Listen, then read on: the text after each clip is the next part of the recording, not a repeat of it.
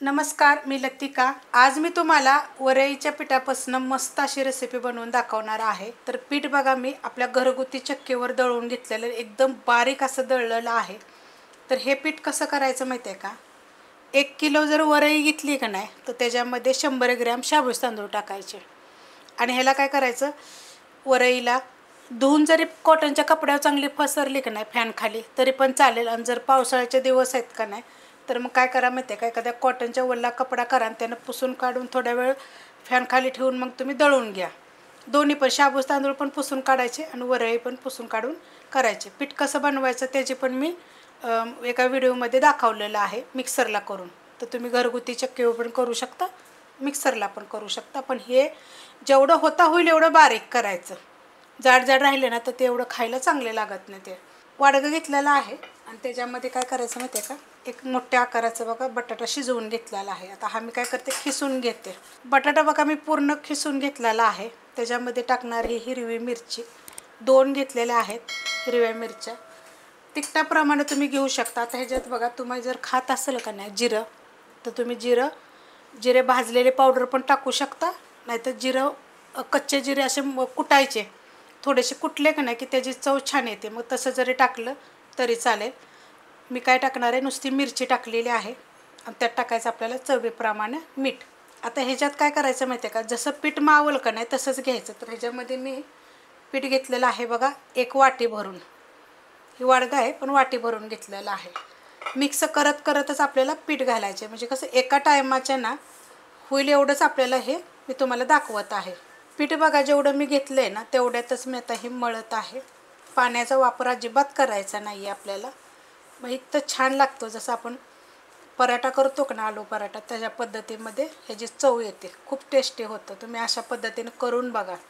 वरीच्या तांदळाची भाकरी, खूप रेसिपी मी अपलोड केलेल्या आहेत, सगळ्या चटणी केलेली आहे, सगळ्या रेसिपी आहेत आपल्या। तुम्हाला कोणती रेसिपी पाहिजे जरा कमेंट करून सांगा। आणि जे मी पीठ घेतलं होतं का ना, ही वाटी गच्च भरून पीठ घेतलं होतं। काय होतं, एक जणाला एका टायमाला पुष्कळ होतं। ह्याच्यामध्ये आपण अजून थोडंसं पीठ टाकणार आहे, अजून जरा जास्त पीठ नाही टाकायचं, थोडंच टाकायचं। म्हणजे जेवढं मी वाटी भरून घेतलं होतं ना त्यातलं बघा हे एवढं ठेवलं होतं, ते सगळं मी काढून घेतलेलं आहे। आणि आता हे मी मळून घेणार आहे चांगलं।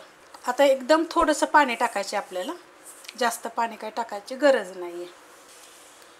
हे बघा एवढंच, त्यासाठी तुम्हाला मी हातावर पाणी घेऊन दाखवलेलं आहे। एकदम ग्लासानं वगैरे ओतू नका, जास्त बेस्त होईल। आणि जर तेवढ्याच पिठामध्ये जर तुम्ही मळत असाल तर अजून चांगलं। आता याचा मी गोळा बनवून घेते। मस्त असं बघा मी मळून घेतलेलं आहे, थोडंसंच पाणी वापरलं होतं, त्यापेक्षा जास्त नाही। बटाटा असल्यामुळे काय होतं माहिती आहे का, थोडंसं मग सैल होतं नंतर, त्यासाठी अशा पद्धतीत बनवायचे। मीडियम आकाराचे जसे बारीक बारीक जर केले का नाही, तर फुलक्यासारखे जरी केले का नाही तर 4 ते 5 होतील, त्यापेक्षा जास्त होतील। आणि आपण मोठे मोठे जर केले ना तर 3 होतात, म्हणजे एक जणाचं एका टायमाचं पोटभरीचं होऊन जातं। तर आपण बनवायला घेऊया। गोळा घेतलेला आहे बघा बळून, तर थोडा मोठाच घेतलेला आहे। एवढ्या आकाराचे बरोबर 3 होतील बघा। खाली घ्यायचं थोडंसं पीठ, हे पण मी त्याचंच पीठ घेतलेलं आहे। आणि बिनपिठाचं पण लाटलं जातं हे। थोडंसं बघा, आता हे लाटताना ना थोडंसं चिरटतं, तर थोडंसं सैल जर केलं आणि तुम्ही जर ठेवलं का नाही तर जास्त वेळ मग तुम्ही हे सैल होईल जास्त। तर बघा हे अशा पद्धतीनं करायचं।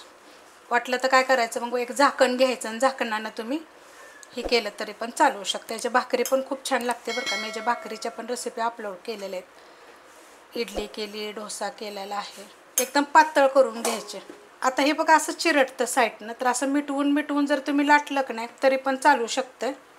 नाही तर काय करायचं, एखाद्या झाकणानं मग जेवढं हवं आहे त्याप्रमाणे असं हे करायचं बघा, अशा पद्धतीमध्ये छोटे छोटे। आता हे असे फुलक्यासारखे, आता हे फुलकं झालं ना, अशा पद्धतीचे ना खूप सारे होतील बरं का हे। जर आता हे असं थोडंसं जाड आहे तर थोडंसं मग परत लाटलं तरी पण चालू शकतं। थोडंसं पातळ करायचं, मग जास्त बी पातळ करायची गरज नाही त्याला। एवढे पातळ केले बघा, जास्त जाड पण नाही आणि जास्त पातळ पण नाही। तवा ठेवला आहे लोखंडाचा, तवा झालेला आहे गरम। त्याच्यावर काय करायचं आपल्याला, हलकंसं तेल लावून घ्यायचं। तेल लावू शकता, तूप लावू शकता, याला आवडीप्रमाणे तुम्ही लावू शकता। गॅस आहे मीडियम, आणि मीडियम गॅसवर ह्याला चांगलं भाजून घ्यायचं। पलटी करूया। बघा मस्त भाजलं जातं, खालची साईड पण बघा किती छान भाजली गेलेली आहे. आता साईडनं थोडंसं तेल सोडायचं, नाही सोडलं तरी पण चालते, कारण आपण थोडंसं पहिल्याच एकाच ह्याला फक्त बघा हे असं तेल सोडायचं करताना, कारण हा मी घेतलेला आहे लोखंडाचा तवा. एकदम मस्त असं घ्यायचे भाजून खरपूस. आता हे तुम्ही कशावर खाऊ शकता, तुम्ही दह्यावर खा, चटण्यांची रेसिपी केलेली आहे, पनीरची सुक्की भाजी दाखवलेली आहे, ग्रेव्हीवाली भाजी दाखवलेली आहे, सगळ्या रेसिपी आहेत, बटाट्याची भाजी दाखवलेली आहे. बघा हे अशा पद्धतीमध्ये मस्त अशा होतात आणि खूप चवदार, कडक बिडक नाही काय नाही. आता हे तुम्ही असं संध्याकाळपर्यंत जरी ठेवल्या का नाही डब्यात, थंड झाल्यानंतर पॅक बंद एकदम, तर संध्याकाळी पण खाऊ शकता. बघा किती मस्त भाजले गेलेले आहे. तर अशा पद्धतीच्या मी बाकीच्या राहिलेल्या सगळ्या बनवून घेते. तुम्हाला आवडेल तशा तुम्ही बनवा, छोट्या मोठ्या. रेसिपी आवडली तर लाईक करा, सबस्क्राईब करा, कमेंट करा आणि शेअर बी करा.